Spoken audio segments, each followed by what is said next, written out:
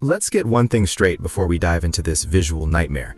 If you just had a big lunch or you're planning on having a peaceful night's sleep, do yourself a huge favor and close this tab right now. Seriously, I'm not kidding.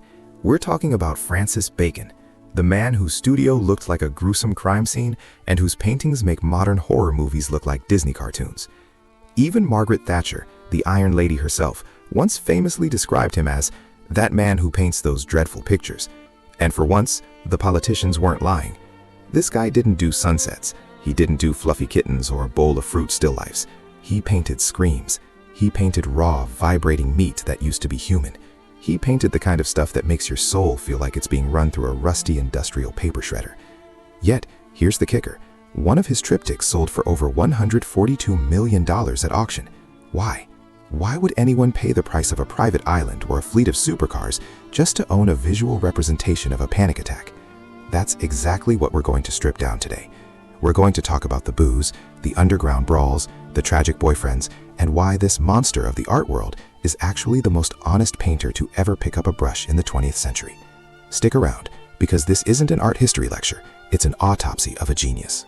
Take a good look at his studio. No, that's not a screenshot from an episode of Hoarders. That's exactly where the magic happened. It was a tiny, cramped room in London, filled with thousands of torn photographs, empty champagne bottles, crushed paint tubes, and literal piles of dust and debris. Bacon didn't believe in cleaning. He actually hated it. He believed that chaos was the only honest state of the universe, and that order was just the thin, pathetic veil we pull over our eyes to keep from going insane. Bacon's personal life was just as messy and violent as his floorboards. He was a high-stakes thrill-seeker who spent his nights in illegal underground gambling dens, chasing the kind of adrenaline that most people spend their lives avoiding. And his taste in men? Let's just say he liked them rough. His greatest muse and long-term lover, George Dyer, was a small-time crook who supposedly met Bacon while literally breaking into his house to rob him. How's that for a meet-cute? But their relationship was a toxic, booze-fueled spiral of obsession. On the very eve of Bacon's biggest career opening in Paris, the moment he finally made it, Dyer committed suicide in their hotel bathroom. Instead of canceling the show or hiding in a hole, Bacon did something only a true artist would do. He channeled that gut-wrenching grief and guilt directly back into the canvas.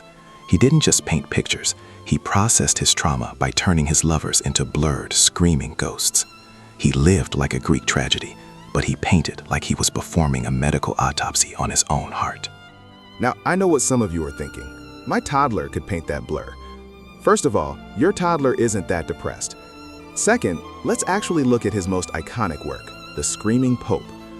Bacon was obsessed with the classic 17th century portrait of Pope Innocent X, but he decided to give it the ultimate horror movie remix. He took the most powerful man in the world, stripped him of his dignity, and shoved him into what looks like a glass cage. Notice those vertical lines? Art critics call it the cage. It's a transparent box that isolates the subject from the rest of reality. Bacon wanted to show that even if you're a pope, even if you're a king, you are ultimately trapped in your own skin, isolated in your own mortality.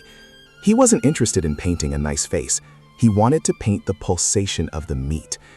He was particularly obsessed with the human mouth, specifically the dark, wet void of a scream.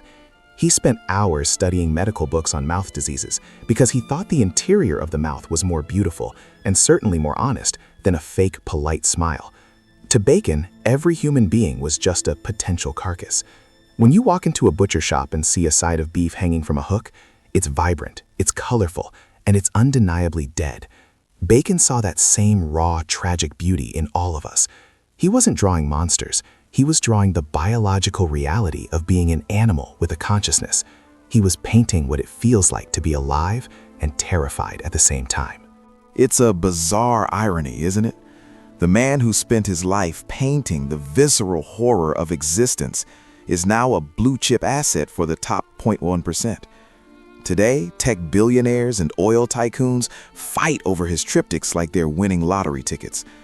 But honestly, Bacon didn't give a damn about the money. He blew most of his massive earnings on expensive champagne and bad bets at the casino anyway. He remained in that tiny, filthy, cluttered studio until the day he died. What makes his work so powerful and so ridiculously expensive is what we call visual violence.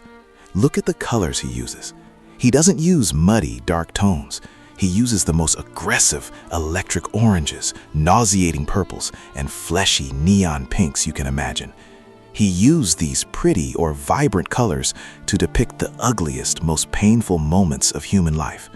It's a complete paradox. It's like watching a high-speed car crash filmed in glorious, saturated Technicolor. He refused to give us beauty in the traditional sense because he felt that beauty was a lie told by people who were too afraid to look into the shadows. By the time the 1970s rolled around, Bacon was a living legend, a ghost haunting the bars of Soho in London, still obsessed with the same core question: how do you capture the energy of a person without the boring, literal details of their nose and eyes? He wanted to capture the vibration of a person's existence a split second before they hit the floor.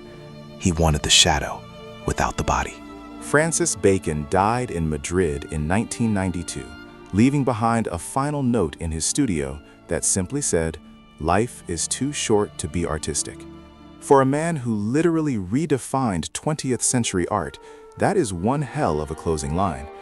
He didn't want to be a painter in a fancy beret. He wanted to be a witness to the savage, unedited reality of being alive. He stripped away the skin, the ego, and the polite lies of society to show us the raw, vibrating nerves underneath it all. So here's the big question for you today. If you had $14 million burning a hole in your pocket right now, would you buy a luxury mansion on the beach?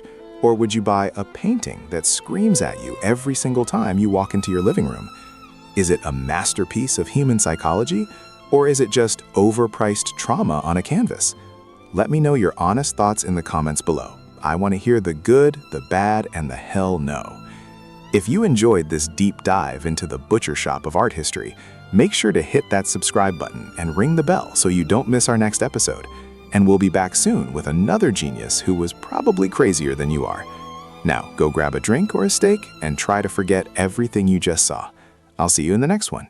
Cheers.